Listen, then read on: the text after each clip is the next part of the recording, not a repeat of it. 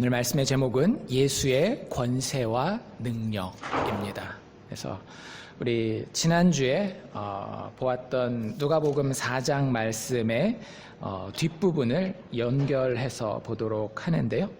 지난주에 어떤 말씀이었는지 혹시 기억하시는지 모르겠어요. 예수님께서 한 마을을 방문하셨죠. 어느 마을을 방문하셔요?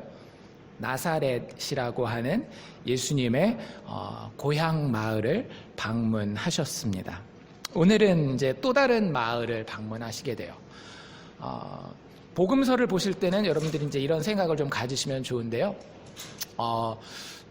예수님이 공생애를 시작해서 십자가에 달려 돌아가시기까지 대략 한 3년 정도 사역을 하십니다. 우리가 그걸 이제 퍼블릭 미니스트리 혹은 공생애라고 이렇게 부르는데, 그 공생애 기간 동안에 사실은 성전이 있는 예루살렘이 예수님이 주로 활동하신 동네가 아니었어요. 성전은 특별한 명절이 됐을 때만 1년에 한 번 정도 이렇게 찾아가고요. 왜 그랬겠어요?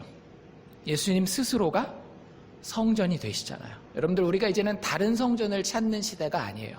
우리의 시대는 예수 그리스도를 믿는 믿음 안에 하나님의 성전이 현존하는 것입니다. 그래서 예수님은 성전이 있는 예루살렘을 본인의 그 사역의 근거지로 삼지 아니하시고요.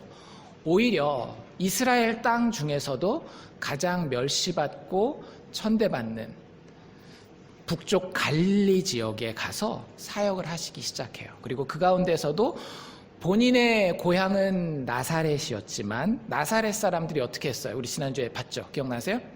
믿음으로 예수님을 받나요? 불신앙으로 예수님을 받나요? 불신앙으로 예수님을 받고 예수님을 적대시하고 예수님을 굉장히 경계하면서 이렇게 봤었던 그런 모습을 봐요. 그래서 예수님은 절대 우리를 안 되면 내가 때려서라도 데려간다 이러지 않는 분이에요. 여러분들이 싫다 그러면 예수님은 쿨하게 오케이, 네가 노면 나도 노야 라고 이야기하시는 분이에요. 그런 걸 좀 아셔야 돼요. 성경에 그런 이야기들이 너무나 많이 나와 있어요. 그래서 나사렛은 성경에 보면 다시 방문하지 않습니다. 그래서 은혜의 때라는 게 있는 거예요. 실질적으로 구속사에 보면 은혜의 때라고 하는 게 있습니다. 여러분들, 우리가 목숨을 가지고 살아가지만은요, 지금은 우리는 몰라요. 지금은 우리가 그렇게 생각하면 되지 않지만 상상을 한번 해보세요. 여러분들이 죽은 다음에 천국에 갔어요. 다 천국에 갔다라고 합시다. 제가 다 아는 건 아니지만, 근데 천국에 가서 거지 나사로가, 그 부자가 지옥에 있는 걸 보잖아요. 근데 지옥에 있는 사람들이 언제 죽은 걸까요? 그런 생각 해보셨어요? 지옥에 가 있는 사람들이 언젠가는 죽었는데 그 사람 죽었을 때 죽은 거 아닌가요? 이렇게 생각할 수 있어요. 어떤 사람이 예를 들어서 나이 80에 죽었어요. 근데 천국에 가서 우리의 모든 생애를 필름 돌리듯이 쫙 돌릴 거 아니에요. 그리고 그 80에 죽어서 지옥 간 사람의 인생을 쭉 돌려보니까 그 사람이 15살 때 예수 그리스도의 복음을 마지막으로 들을 기회가 있었어요. 그 사람이 믿음으로 반응할 수 있을 만한 충분한 기회를 하나님이 주셨는데 그 사람이 그것을 거절했어요. 그럼 15살 때부터 80세까지의 삶은 어떤 삶이에요? 지옥 갈 준비를 한 삶입니다. 사실은 죽은 삶이에요.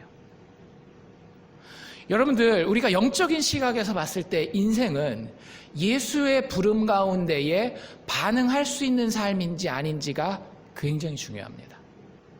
다시 한번 말씀드리지만은요, 나사렛은 예수님이 다시 방문하지 않으셔요. 집에 가서 찾아보십시오. 이후에 다시 예수님이 나사렛을 방문하시는 그런 기록이 있는지. 그리고 나서 예수님이 어느 마을로 가시는가 하면 오늘 우리가 읽은 대로 갈릴리 가버나움이라고 하는 마을로 가십니다. 그래서 이 가버나움이라고 하는 마을이 예수님의 3년 공생애의 그 본거지가 돼요. 주로 여기를 중심으로 다른 마을에 들렸다가 또 다른 마을에 들렸다가 다시 복귀하면 가버나움으로 돌아오시게 됩니다. 그래서 오늘은 그 가버나움에서 있었던 이야기를 보게 될 텐데요.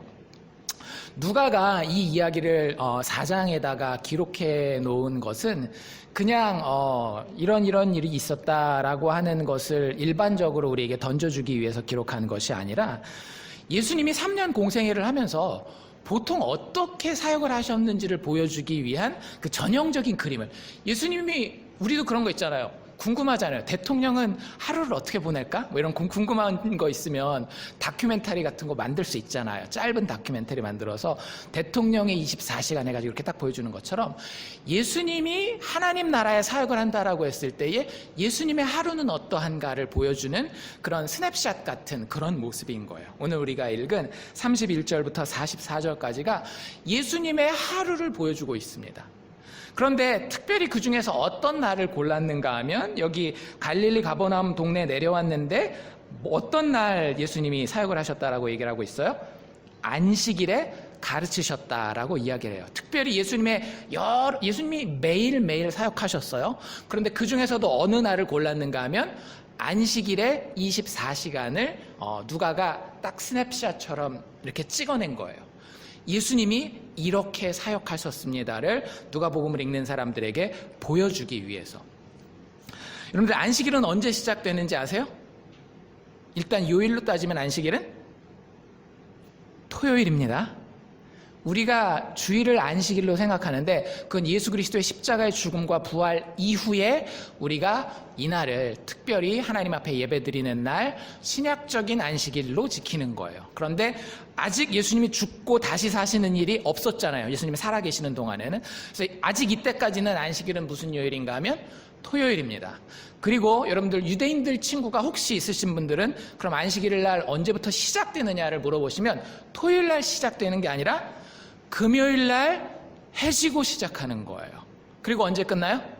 토요일 날 해질 때 끝나는 거예요. 이거는 이슬람교를 믿는 사람들도 비슷합니다. 그래서 그 24시간인데 그 시간 가지고 모자라요. 오늘 기록을 보시면 아시겠지만 예수님은 24시간을 다 사역을 하셔도 하실 일이 아직 남아있는 분이라는 걸 나중에 보게 돼요. 그래서 이 안식일 날 어떤 일이 예수를 통해서 일어나는지를 보여줘요.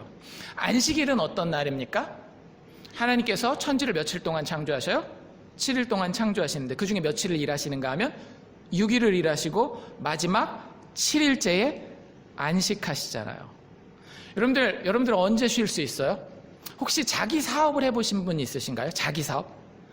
제가 아는 분들 중에 자기 사업하는 분들, 가게가 하나 있는데 하나 더 오픈하시는 분들이 있어요. 그 가게를 오픈하는 순간 이분에게는 안식이 없습니다. 언제 안식이 돼요?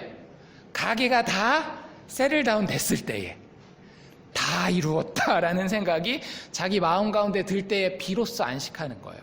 안식이라고 하는 건, 성경에서 안식이라고 하는 것은요, 안식일이라고 하는 것은 뭘 의미하는 건가 하면은요, 완성을 의미하는 겁니다. 그래서 비로소 내 마음 가운데에 이렇게 쉴 수 있는 평안함이 오는 거예요. 만족함이 있고요. 다른 사람들이 아무리 뭐라 그래도 쉴 수 있는 거예요. 여러분들, 우리가 주일날 그냥 일 안 하고 교회 와서 앉아있다라고 안식이 무조건 다 이루어지는 게 아니에요. 안식은 사실은 우리의 삶 전반을 걸쳐서 지배하는 개념입니다.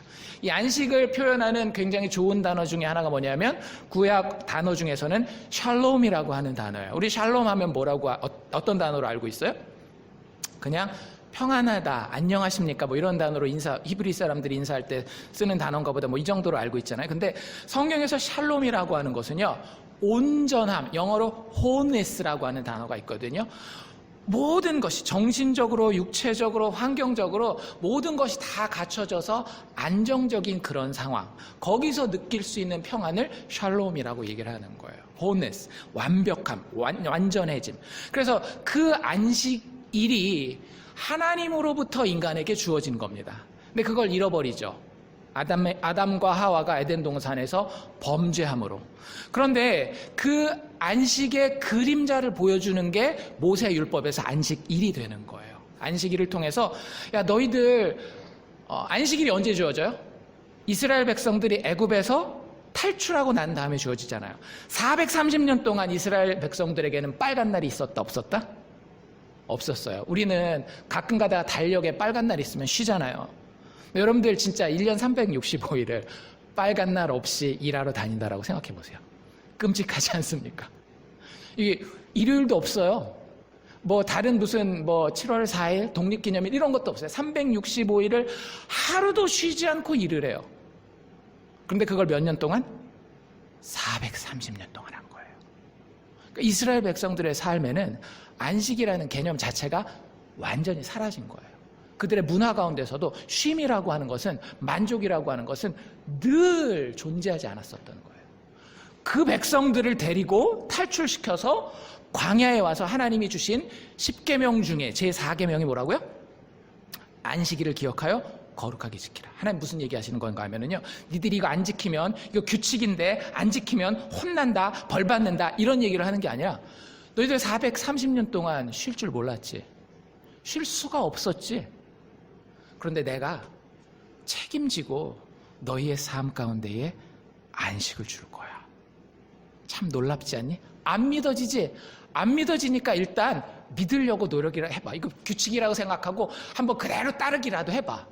그 얘기를 하시는 거예요. 그래서 그 안식일에 대한 것이 구약 성경에 굉장히 많이 강조됩니다. 만나를 따고 이런 데도 보면 안식일 날은 따지 말라라고 이야기를 하거든요. 그래서 그런 것들을 보면 하나님이 우리에게 안식을 주고자 하는 뜻은 분명해요. 창조 때부터, 심지어는 우리가 타락하고 종살이하는 그 순간에서도 하나님 너무나 안타까워하는 마음으로 우리의 삶 가운데 참된 안식을 주시기를 원하셔요.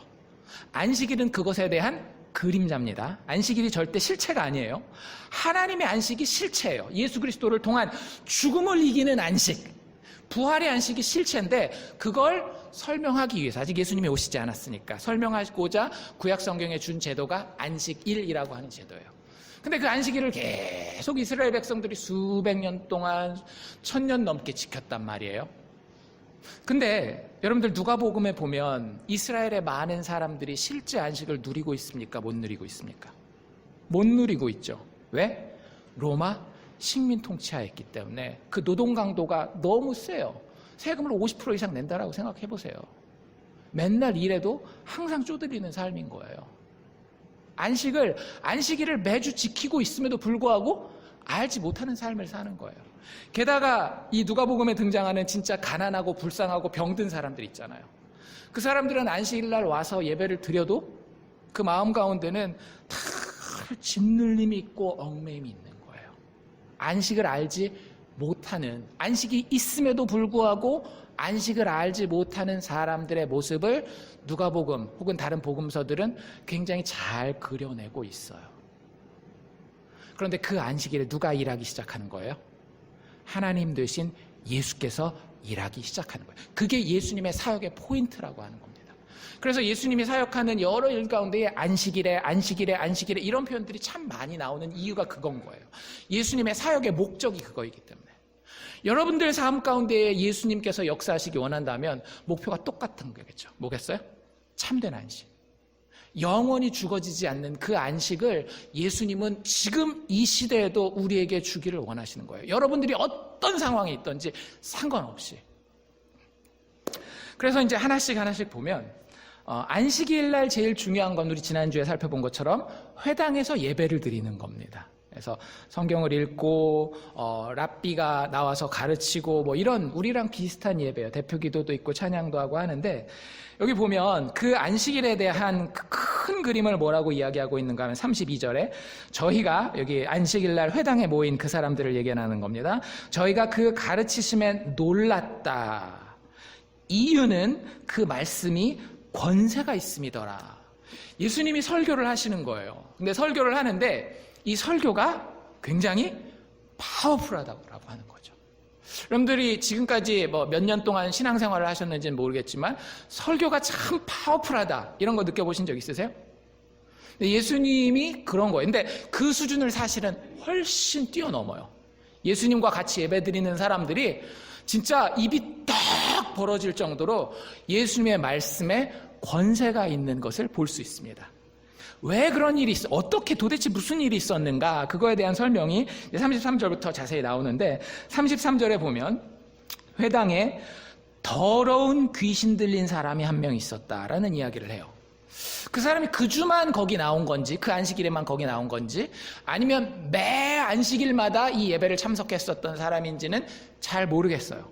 그런데 예수님이 지금 설교하는 이 순간에 뭐 저쪽 구석에 앉아 있었든지 뭐 맨 앞줄에 앉아 있었는지 그건 모르겠지만 이 사람이 있는 것에 주목하게 됩니다. 사람들이. 왜냐하면 예수님이 설교를 하시는데, 말씀을 가르치시는데 갑자기 이 사람이 어떻게 해요? 크게 소리를 지르는 거예요. 여러분들 상상을 해보세요. 예배를 드리는데 여러분들 중에 누가 벌떡 일어나더니 막 소리 질러서 큰 소리로 얘기를 한다라고. 굉장히 당황스럽겠죠. 설교자도 당황할 것이고 주변에 앉아있는 다른 많은 사람들도 되게 당황할 거예요. 그 사람이 크게 소리 지르는데 말하는 내용이 이런 내용이에요. 우리는 글씨로 써있기 때문에 이게 도대체 어떤 느낌일까를 잘 모르는데, 여러분들 성경에 이 아라는 표현이 잘 안 나와요. 그렇죠? 아는 감탄사거든요. 감탄사인데 성경에 웬만하면 감탄사는 다 뺍니다. 어휴, 뭐 이런 거 잘 안 쓰잖아요. 그냥 딱 필요한 것만 쓰는데, 이 사건을 누가에게 증언해 준 사람이 너무 분명하게 이 이야기를 기억하고 있었던 것 같아요. 귀신이 던진 첫 마디가 뭐였더라고요? 아, 근데 아가 여러 가지 아가 있는 거 아시죠? 아, 이런 아가 있고, 아, 이런 아가 있고, 뭐 다양한 아가 있어요. 도대체 어떤 아였을까요? 이게 그 헬라어로 기록된 그 단어를 보면은요, 이 아는 놀람과 두려움을 표현하는 감탄사입니다. 본인이 기대하지 않았던 일이 일어났는데 어떤 일이 일어난 거예요? 좋은 일이 일어난 거예요? 나쁜 일이 일어난 거예요? 끔찍한 일이 일어난 거예요. 예수라는 사람이 저 앞에 서서 설교를 하는데 이 귀신이 끔찍한 거예요.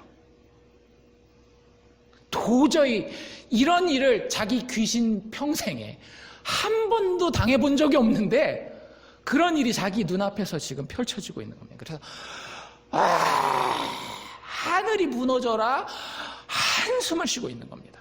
이 한 단어가 되게 큰 그런 느낌을 담고 있는 거예요. 나사렛 예수여. 진짜 막 예수님을 엄청 원망하고 있는 겁니다. 나사렛 예수여, 우리가 당신과 무슨 상관이 있나이까? 우리가 도대체 당신과 무슨 상관이 있게? 내가 예수님한테 뭐 잘못했는데 우리를 멸하러 왔나이까? 예수님이 무슨 일을 하는지 귀신은 정확하게 알고 있죠. 우리를 멸하러 왔나이까? 나는 당신이 누구인 줄 아나이다. 다른 사람들은 모르지만, 육신의 눈을 가진 사람들은 모르지만 영의 눈을 뜬 나 귀신은 당신이 누군지 분명히 안다라는 거예요. 누구래요? 당신은 하나님의 거룩한 자니이다 라고 이야기를 하고 있어요. 여러분들, 예수님께서 믿음을 가진 자의 삶에 임하실 때에 일어나는 일들입니다. 귀신을 믿으십니까? 잘못하면 신비주의로 빠져요. 옛날에 한국에서 기도원이나 이런 데 보면 막 그 안찰하고 심지어는 막 때려가지고 귀신 쫓고 이런 것들이 있었거든요. 몇 년 전만 해도 한국의 뉴스 보면 종교 행위를 하다가 어떤 사람이 죽었다 뭐 이런 얘기들 들으시잖아요. 가끔 거기에 이런 이야기들이 있어요. 귀신을 쫓을 때 어떤 분들은 때려요. 귀신을 때린다라고 생각하고. 근데 너무 심하게 때려요. 사람이 맞으면 죽을 수도 있잖아요. 그래서 그런 이야기들이 여러분들 종종 뉴스에 나온다니까요. 찾아보십시오. 귀신 쫓다가 죽은 사람에서 인터넷 같은 데 찾아보면 제가 기억한 것만 해도 한 2년 전에 또 있었어요. 한국에 아직도 있어요. 귀신을 막 때려서 내쫓습니다. 막 이름도 물어보기도 하고. 근데 어쨌든 여러분들 그래서 귀신이 있다라는 걸 믿으십니까? 저는 믿긴 믿어요. 근데 그분들이 믿는 것처럼 믿진 않아요. 성경에 나와 있기 때문에 믿는 거예요. 성경에 귀신에 대해서 얼마나 자주 나와 있을까요? 생각해 보셨어요? 한번 성경을 읽으면서 그런 고민해 보셨어요? 성경에 정말 귀신 얘기가 되게 많이 나오나 보다. 막 기도원만 가면 귀신 쫓는다 그러고 막. 사실 기도원 별로 안 좋아하거든요. 근데 그런 얘기들이 막 나오니까 사람들이 성경에 귀신 얘기가 되게 많이 나온 줄 알아요. 여러분들, 성경에 사실 귀신 얘기는 거의 안 나옵니다. 귀신이 있다라고는 이야기하는데 귀신에 대한 이야기는 사실 별로 안 나와요. 귀신에 대한 이야기는 다 여기 몰려 있어요. 어디 몰려 있을까요? 예수님 시대에 몰려 있어요. 참 놀랍지 않아요? 신기하지 않아요? 물론 귀신에 대한 이야기가 저 사무엘 때라든지 이런 때 좀 나와 있겠지만 예수님이 오시니까 그 전까지는 있었는지도 몰랐는데, 사실은 구약성경만 읽다 보면은 있었는지도 몰랐는데 예수님이 딱 등장하니까 갑자기 우후죽순 일어나는 것처럼 귀신들이 막 일어나는 거예요. 그 초대교회에 약간 있고 사도 바울이라든지 이런 거 할 때 거기 또 근데 그렇게 많지 않아요. 예수님 때에, 예수님 공생애가 단 몇 년이라고요? 3년이요. 여러분들 성경은 수천 년의 역사를 기록해 놓은 책이거든요. 그 중에 단 3년에 귀신의 역사가 막 나오는 게 기록되어 있는 거예요. 여러분들도 솔직히 귀신을 믿는다 할지라도 주변에서 귀신 들리는 사람 많이 본 적 있으세요? 거의 없기가 쉬우시잖아요. 그렇죠? 근데 왜 유독 예수님의 3년 공생애 동안에는 귀신들이 그렇게 막 일어날까요? 여러분들 여기에 진짜 놀라운 비밀이 있는 거예요. 여러분들 귀신들이 있습니다. 성경에 보면 우리의 믿는 사람의 싸움은요, 악한 영들, 공중의 권세 잡은 사람들, 공중의 권세 잡은 자들과의 싸움이라는 거예요. 근데 그들이 우리를 볼 때에 어떻게 볼까요? 인간들을 바라볼 때에 되게 우습게 생각해요. 귀신들은요, 여러분들 진짜 손가락 하나 가지고도 충분히 가지고 놀 수가 있어요. 여러분들에게 자기 정체를 드러내지 않아도요, 여러분들 갱들의 두목이 자기가 항상 등장해가지고 일을 해결하던 거예요. 영화 같은 데 보면 항상 일은 누구를 시켜요? 행동대장을 탁 시키잖아요. 자기는 항상 그 뒤에. 마귀가 그런 거예요. 자기가 팍 드러나서 할 필요가 없어요. 여러분들 인생에 돈이라는 이슈만 딱 던져주면 돼요. 그럼 돈이 여러분들을 가지고 놀아요. 그 돈을 통해서 여러분들을 하나님으로부터 멀어지게 하는 건 그 뒤에 있는 악한 영의 세력, 공중권세 잡은 거예요. 여러분들 건강의 문제를 가지고도 가지고 놉니다. 진짜 가지고 논다니까요, 인간을. 여러분들의 무슨 문제가 됐건, 여러분들이 좋아하는 것이 됐건 싫어하는 것이 됐건 그 모든 것들을 가지고 인간들을 이렇게 자기가 원하는 대로 조종할 수 있는 능력이 마귀에게 있어요. 귀신들에게 있어요. 그래서 아주 특별한 경우가 아니면은요, 자기를 그렇게 드러내지 않아요, 귀신은. 그러니까 막 또 기도원 얘기를 해서 그렇지만 기도원 같은 데 가면 막 감기만 걸려도 감기 귀신 쫓아낸다고, 예배드리다가 좀 졸면 졸음 귀신 쫓아낸다고 막 그러거든요. 아니, 마귀가 그렇게까지 그러지 않아요. 그렇게 안 해도 얼마든지 인간들을 해할 수 있는 능력이 있는 존재이기 때문에. 그래서 귀신의 존재가 평상시에 잘 안 드러나는 거예요. 악한 영의 세력들이 그렇게 그러지 않아요. 그냥 우리가 생각하는 상식 수준에서 악한 영이 우리에게 역사합니다. 근데 예수님이 어떤 사람의 삶의 현장 가운데 등장하잖아요. 그럼 완전 게임이 달라지는 거예요. 지금까지는 내가 얼마든지 손가락 하나만 까딱까딱 해도 가지고 놀 수 있었던 존재가, 얼마든지 지옥불로 이끌고 갈 수 있었던 존재가 이제 어떻게 되는 거예요? 자기가 어떻게 감당할 수 없는 존재가 되는 거예요. 여러분들, 이게 예수 믿는 자의 능력인 겁니다. 그래서 귀신이 그 앞에서 어떻게 해요? 벌벌 떨면서 두려워하고, 이제 어떻게 하지? 이렇게 한숨을 쉬는 거예요. 여러분, 이게 진짜 놀라운 겁니다. 여러분들의 삶 가운데에 악한 영의 세력이 있어요. 여러분들이 인식을 못해서, 여러분들이 아직 급이 안 돼서 악한 영이, 악한 마귀가, 악한 귀신들이, 더러운 귀신들이 여러분들에게 자기 정체를 드러내지 않을 뿐이지. 근데 여러분들이 정말로 예수를 여러분들의 삶 가운데에, 하나님 나라의 통치를 여러분들의 삶 가운데 믿음으로 모시기 시작하잖아요. 그럼 여러분들의 삶이 완전히 달라져요. 그 자세한 얘기는 우리가 조금 더 있다가 하도록 하고요. 어쨌든 이렇게 막 얘기를 해요. 그때 예수님이 진짜 멋있는 이 당당한 장군의 모습으로 이렇게 이야기를 합니다. 25절인데요. 예수께서 꾸짖어 가라사대. 막 경거왕동하지 않으시죠. 막 어떻게 예배 드리는데 막. 성경에 보면 참 재밌어요. 성경에 보면 예수님 옆에 있는 제자들이 호들갑 떨 때가 되게 많아요. 막 어떤 사람들이 계속 계속 말하고 하면 예수님 저 사람 너무 시끄러워요. 조용히 시켜주세요. 막 파도가 막 일어나면 예수님 큰일 났어요. 막 이러는데 예수님은 한 번도 놀라서 호들갑을 떠는 일이 없어요. 여기도 마찬가지예요. 아마 이 사람들도 이런 거 거의 처음 봤을 거예요. 예배 드리는데 갑자기 귀신 들린 사람이 벌떡 일어나가지고 막 소리 지르는 이런 장면 처음 봤을 거란 말이에요. 근데 예수님은요, 당당해요. 그리고 모든 것을 이미 다 보고 있었기 때문에 놀라지 않아요. 그냥 본인의 권세를 가지고 이 귀신을, 더러운 귀신들을 꾸짖습니다. 뭐라고 꾸짖어요? 잠잠하라. 잠잠하라. 그리고 그 사람에게서 나아오라. 이게 예수님이 하시는 사역이에요. 우리들의 삶 가운데에 우리가 죄에 묶여 살아간다라고 했을 때에 우리는 여전히 어둠의 세력에, 즉 더러운 귀신들의 영에 묶여서 살아가고 있어요. 예수님이 우리에게 오시면 무슨 일을 하시는가 하면요, 그 어둠의 세력들을 잠잠케 하시고요, 여러분들의 삶에서 몰아내신다라고 하는 겁니다. 현대인들이니까, 여러분들이 현대인들이니까 현대인들에 맞는 예를 하나 드릴게요. 여러분들이 집중해서 해야 되는 일이 있어요. 뭐가 되든지, 학생이면 공부일 거고, 일하시는 분들이면 본인 일일 거고, 인간관계나 자녀를 키우는 부분이라고 한다면 자녀를 어떻게 잘 가이드하느냐 이런 부분인데, 집중을 막 해야 되는데 집중이 안 될 때가 있죠. 그쵸? 갑자기 핸드폰에서 평상시에 문자 안 보내주는 사람이 막 문자를 보낸다든지 이런 식으로. 근데 그런 일들 가운데에 우리는 우리의 삶을 갖다가 다 빼앗겨 버려요. 참 신기해요. 여러분들 그런 거 못 느끼셔요? 진짜 평상시에 없던 일들이 내가 정말로 이런 일들을 해야 될 때에 갑자기 막 생겨서 나를 방해하고, 우연치고는 참 어떻게 이런 일들이 계속 일어날까 하는 그런 일들이 있단 말이에요. 내가 집중하고 싶은데. 근데 여러분들 그때 영적으로 이런 생각을 하시면 돼요. 그 뒷배경에는 치열한 영적인 싸움을 걸어오는 존재가 있다라는 걸.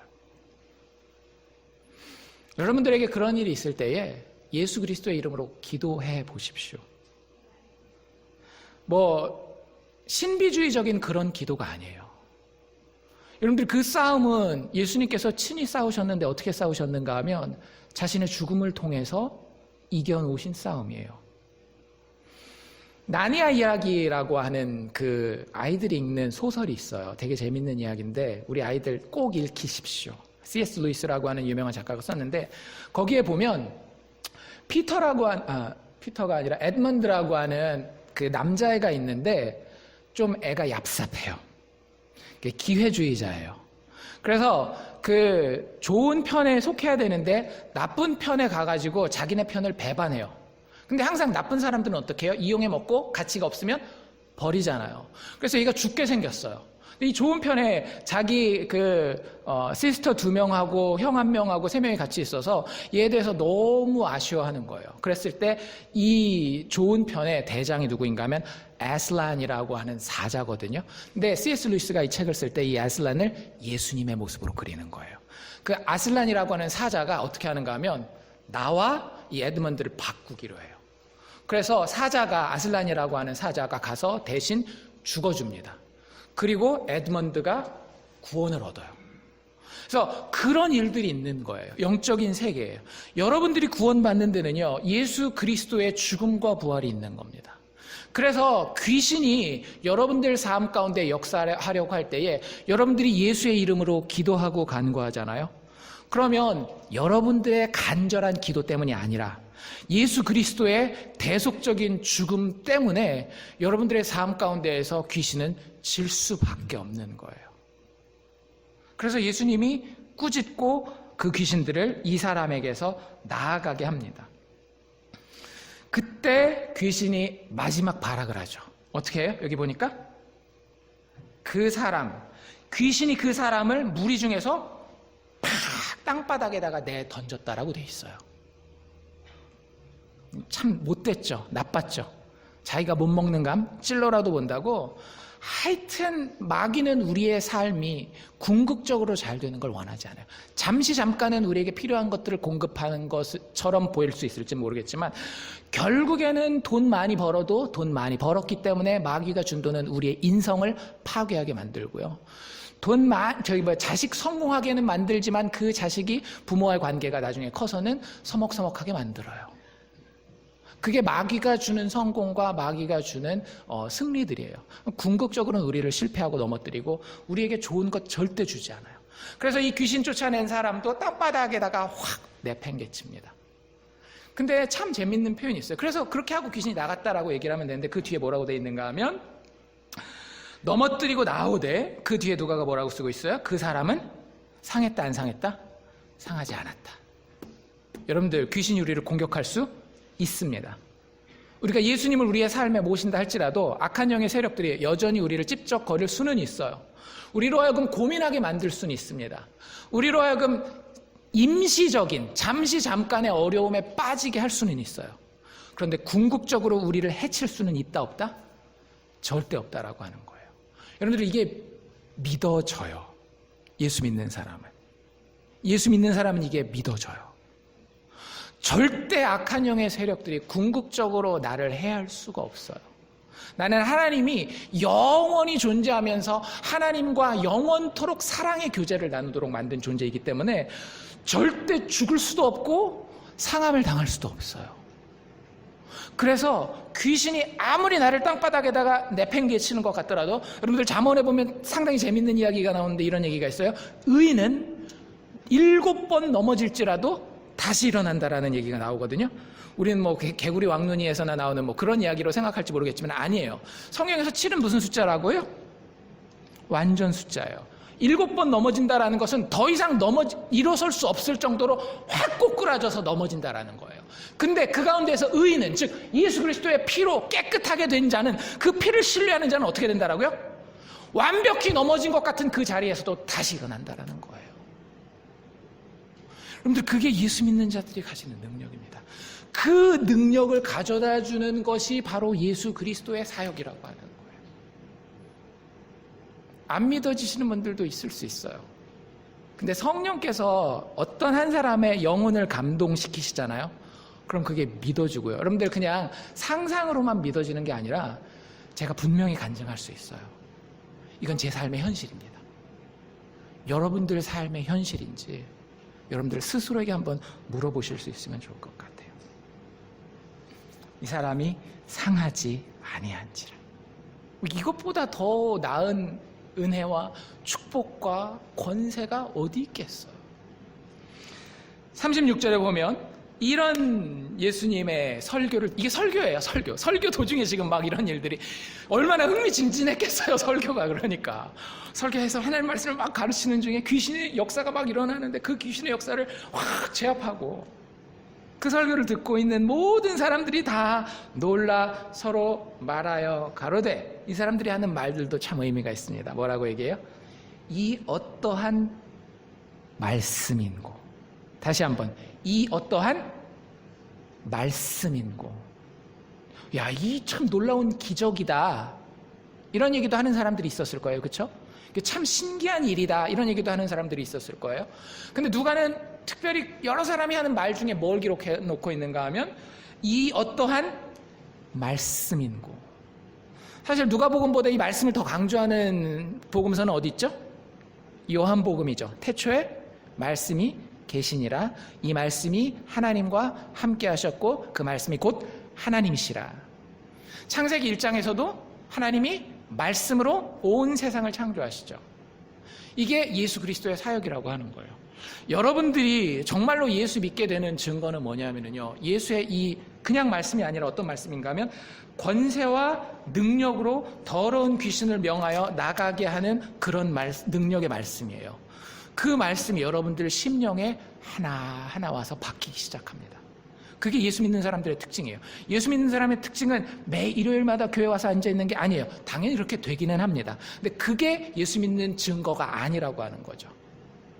예수 믿는 사람의 특징은요, 이 능력과 권세의 말씀이 하나하나 선포될 때마다 마음 가운데에 박히게 되는 거예요.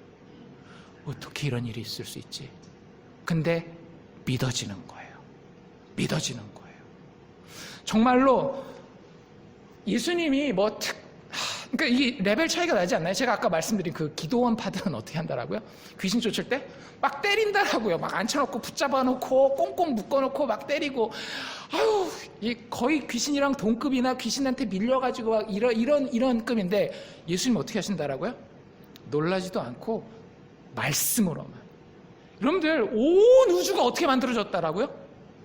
하나님이 말씀하신 것만으로 만들어졌잖아요. 여러분들 참 신에게는 능력이 있습니다.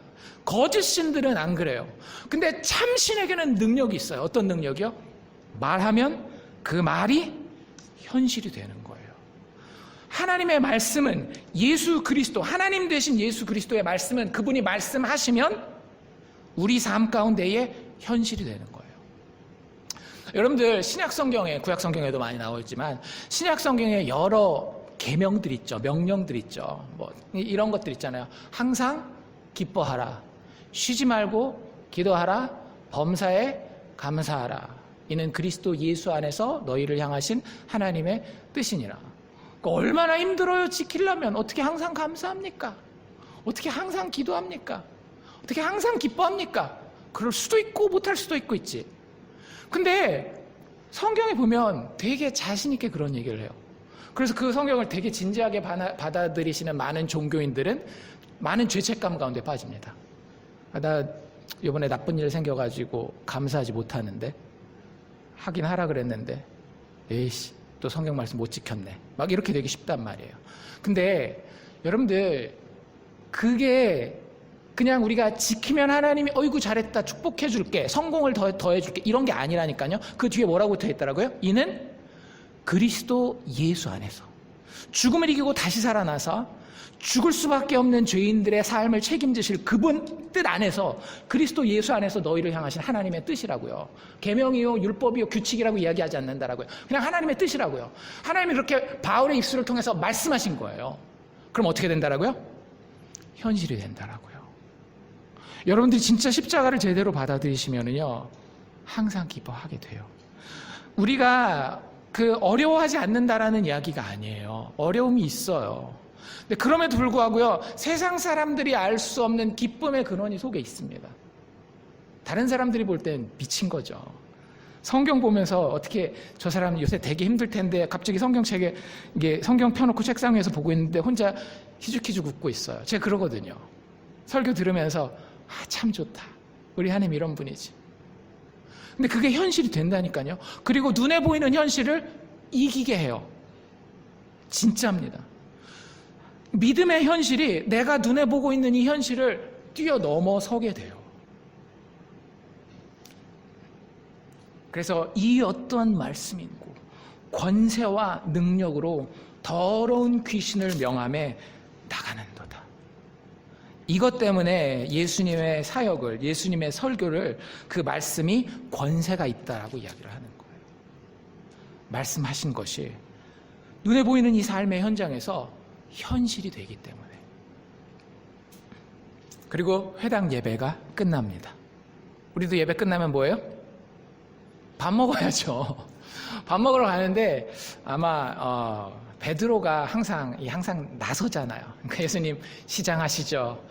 오늘 예배는 힘드셨겠어요. 귀신도 쫓고 막 이러시느라고. 저희 집에서 모시겠습니다. 근데 베드로가 항상 이 뒷감당을 못하는 스타일인 건 아시죠?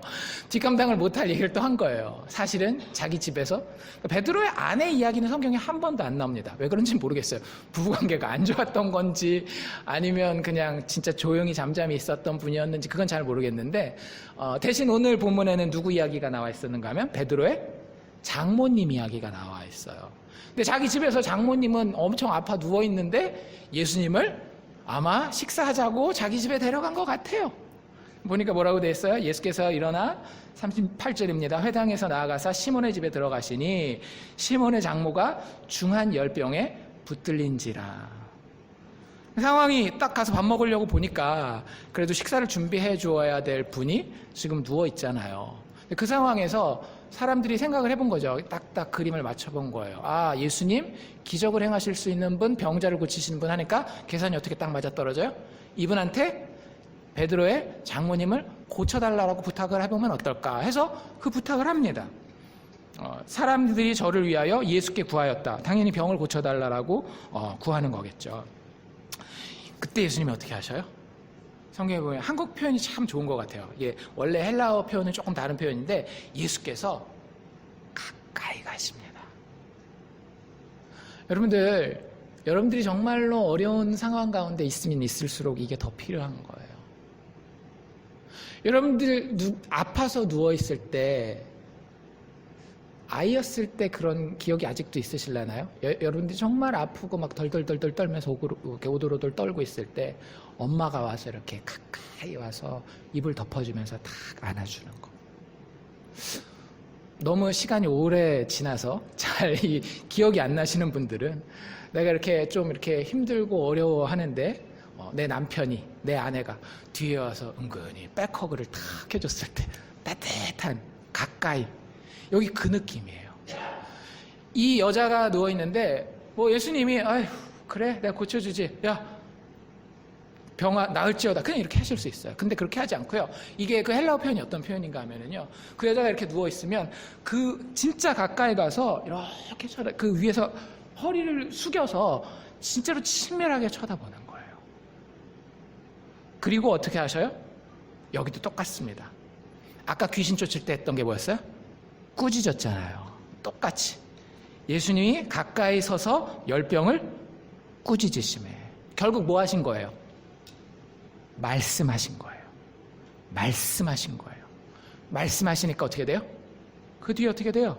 병이 떠나고 여자가 곧 일어나 저희에게 수종되니라.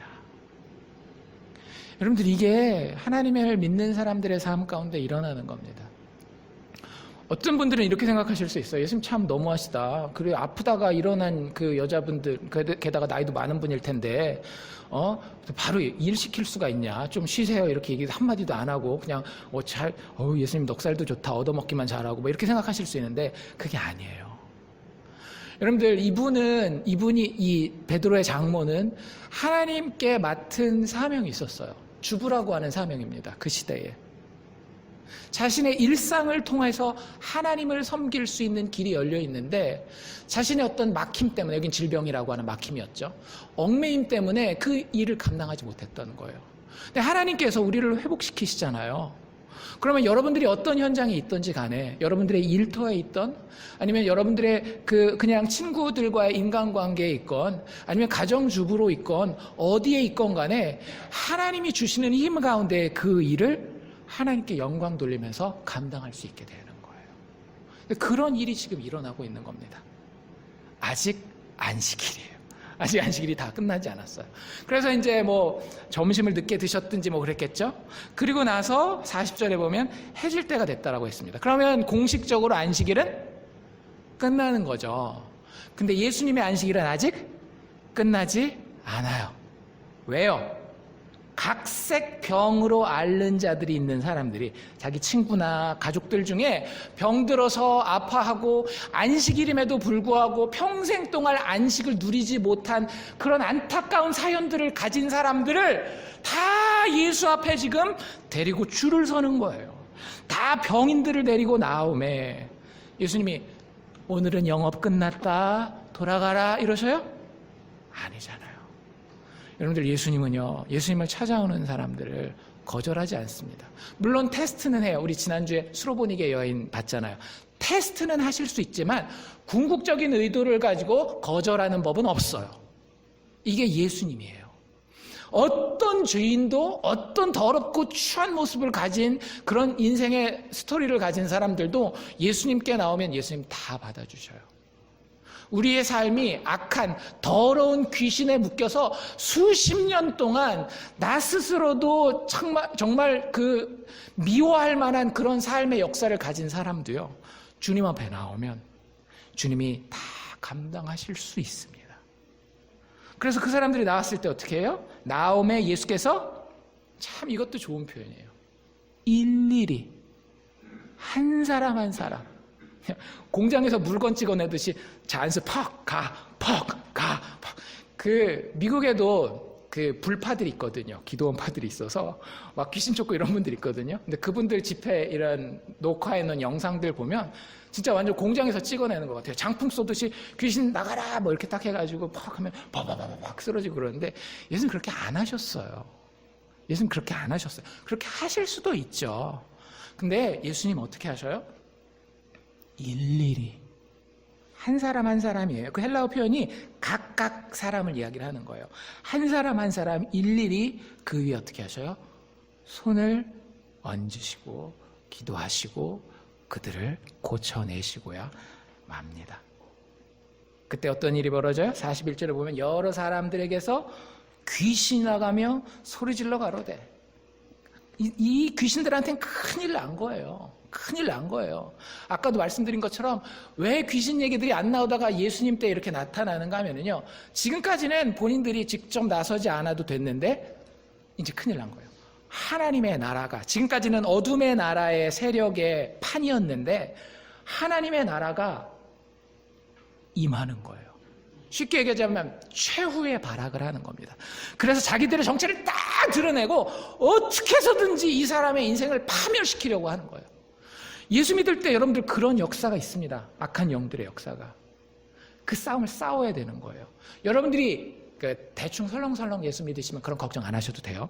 근데 진짜 내 삶을 주님 앞에 드립니다. 여기서 내 삶을 주님 앞에 드린다 그러니까 뭐 집도 같이 다 바쳐야 되고 뭐 맨날 교회 가서 살아야 되고 이런 걸 생각하시면 큰 착각이에요. 여러분들 기독교는 뭐에 대한 문제라고요? 마음에 대한 문제라고요. 영혼에 대한 문제라고요. 여러분들의 마음이 예수를 정말 사랑하고 예수를 가장 귀하게 여기는 그 싸움을 얘기를 하는 거예요. 그 싸움 가운데에 마귀가 발악을 하기 시작해요. 내 마음을 진짜 24시간 하나님 앞에 드리기를 원합니다. 돈도 내 마음을 차지하지 못하게, 내 새끼들도 내 마음을 차지하지 못하게 예수만 내 마음 가운데 드리기를 원합니다. 그러면 이 안에서 귀신들이 발악을 한다라고요. 이게 예수 때 일어난 일이지만 지금 예수를 받고자 하는 우리의 인생 가운데 반드시 일어나는 일이라고요. 어떻게 해서든지 돈이 더 좋아 보이게 만들어요. 어떻게 해서든지 이 가족의 문제가 더 급한 문제처럼 보이게 만든다라고요. 왜? 예수가 절대 임하지 못하게 하려고. 여러분들 그 싸움을 싸우셔야 돼요. 그 싸움을 인식하셔야 돼요. 그리고 이기셔야 돼요. 여러분들이 예수를 신뢰하면 그 싸움은 반드시 이기게 되는 싸움이기 때문에. 그렇잖아요. 여기도 보면 예수님이 임재하는 이 곳마다 귀신들이 발악은 하지만 소리를 막 지르지만 어떻게 해요? 당신은 하나님의 아들이니다. 왜 당신 여기 와가지고 나를 이렇게 괴롭힙니까? 할 때 예수께서 꾸짖으시고 저희의 말함을 허락하지 아니하시고 그리고 그들이 떠나가게 되는 그런 역사가 있는 거예요. 여러분들 예수 믿는 것은 진짜 권세 있는 것입니다. 우리의 지식과도 상관없는 거고요. 우리의 노력과도 상관없는 거예요.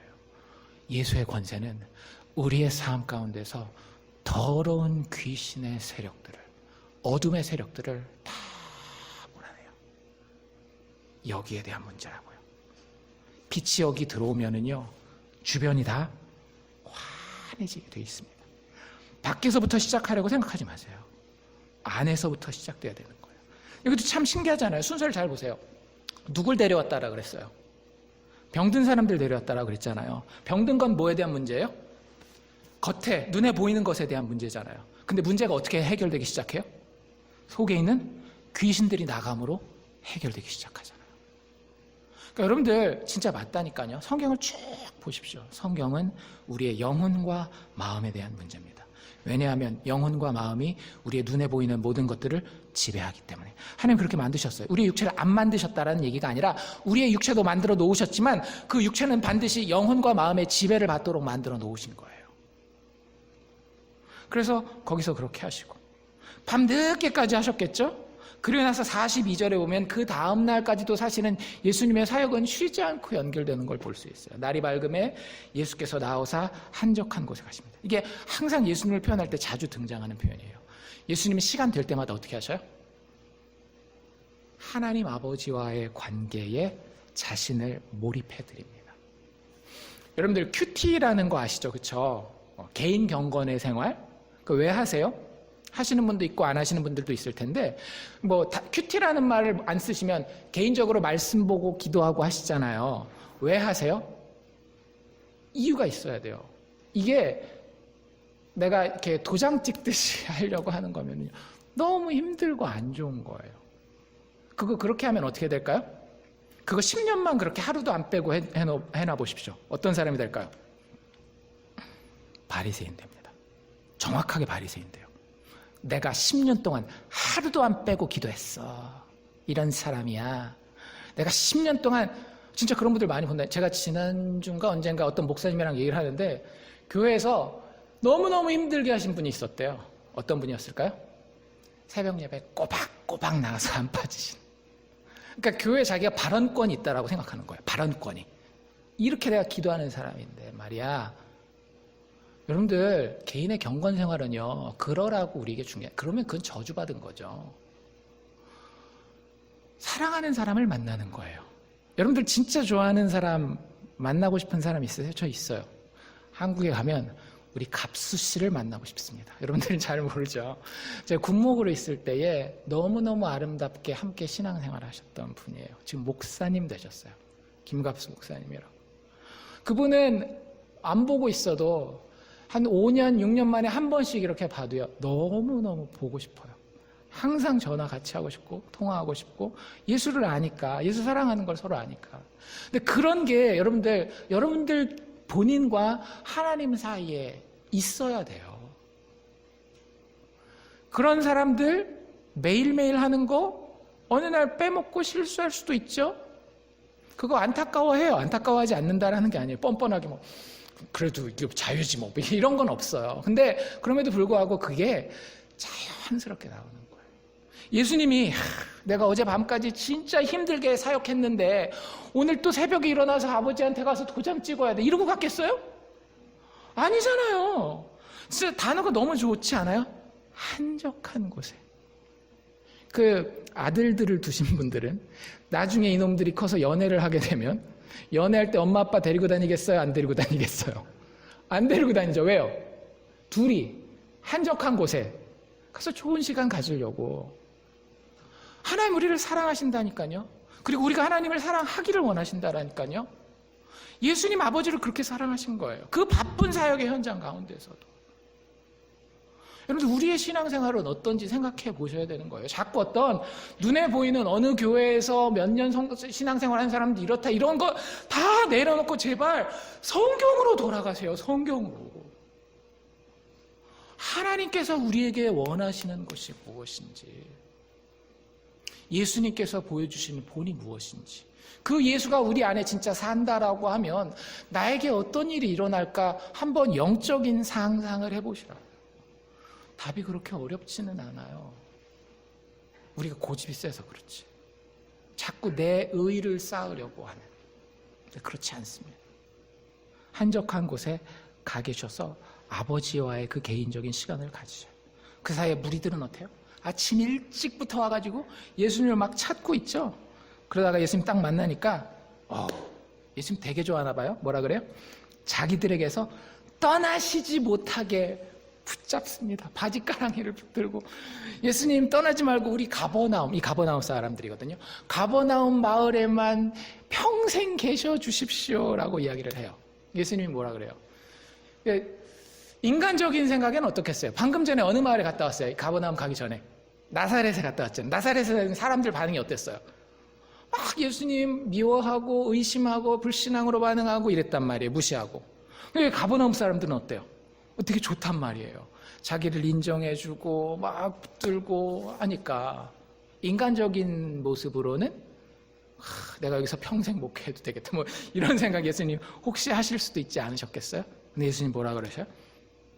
예수께서 이르시되 43절 내가 다른 동네에서도 무엇을? 하나님 나라의 복음을 전하여야 하리라. 예수님에게 중요한 것은요, 단순한 인간관계가 아니었어요. 지금 예수님이 보여주고 있는 이 하나님의 나라인 거예요. 모든 죄인들, 더러운 세력에 묶여있는 사람들을 자유롭게 하는, 우리 4장 앞부분에서 봤잖아요. 이사야서 61장 1절, 2절 말씀. 포로된 자를 자유케 하고 눈먼 자의 눈을 뜨게 하고 억눌린 자를 착 해방시키는 그 하나님 나라의 임재가 모든 하나님의 택한 사람들 가운데에 선포되고 전파되는 것이 예수님에게는 가장 중요한 일이었다라고 하는 겁니다. 나는 이 일로 보내심을 입었노라 하시고 갈릴리 여러 회당들을 다니시면서 예수님이 전도하셨다라고 하는 거예요. 예수님의 하루입니다. 되게 길죠. 근데 한순간도 낭비된 시간은 없어요. 여러분들이 예수님을 여러분들 마음 가운데 진짜 모시잖아요. 여러분들이 24시간 잠자고 누워있는 순간까지도 하나님은 쉬지 않고 일하십니다. 참 아이러니하지 않아요? 안식일이죠. 안식일이면 어떻게 해요? 쉬어야 되잖아요. 진짜 쉼을 없습니다. 수천 년 동안 이 안식일이라는 그림자를 가지고 한번 얻어보려고 했었는데 못 얻었었잖아요. 특히 가난한 사람들, 병든 사람들. 근데 예수님이 오셔서 하나님의 통치를, 하나님의 나라를 선포하니까 예수님이 그 선포하신 말씀을 통해서 그 사람들이 안식을 얻어요. 여기에 나오는 모든 사람들이 안식일날 참된 안식을 얻습니다. 한 사람만 빼고. 누구야? 예수 그리스도. 유일하게 여기서 안식할 수 있는 자격을 가진 자는 예수님이에요. 근데 예수님이 자신의 안식을 포기하시고 죄인들의 안식을 얻어내는 겁니다. 여러분들, 그게 십자가예요. 죄인들이 누릴 수 없는 그 안식, 그것에 우리가 그렇게 목말라 있을 때에 예수께서 너희들에게 안식을 주기 위해서 내가 쉬지 않으마. 어느 정도까지요? 죽기까지 쉬지 않으마. 그리고 내가 너희의 안식을 담보해 주마. 여러분들이 그리스도인이라고 한다면 이 복음을 믿는 사람입니다. 기독교 신앙은요, 내가 아무것도 하지 않는 거예요. 기독교 신앙은 다시 한번 말씀드리지만 내가 아무것도 하지 않는 겁니다. 오늘 이야기 보십시오. 예수님 말고 그 누가 일하나? 한 명 있었네. 베드로의 장로. 그것도 안식을 얻고 난 다음이잖아요. 모든 사람이 안식을 얻지만 그 안식을 얻기 위해서 일한 사람은 아무도 없어요. 복음의 이야기는요, 내가 무엇을 하느냐에 대한 이야기가 아니라 하나님이 예수 안에서 무엇을 하셨는지에 대한 이야기입니다. 그분이 우리를 위해서 안식을 완성하셨고 십자가에서 완성하신 그 안식을 가지고 우리의 삶 가운데 하나님 나라의 통치로 임하시기를 지금도 원하고 계십니다. 여러분들은 어쩌시렵니까? 그 나라 받으시렵니까? 밀어내시렵니까? 기도합시다.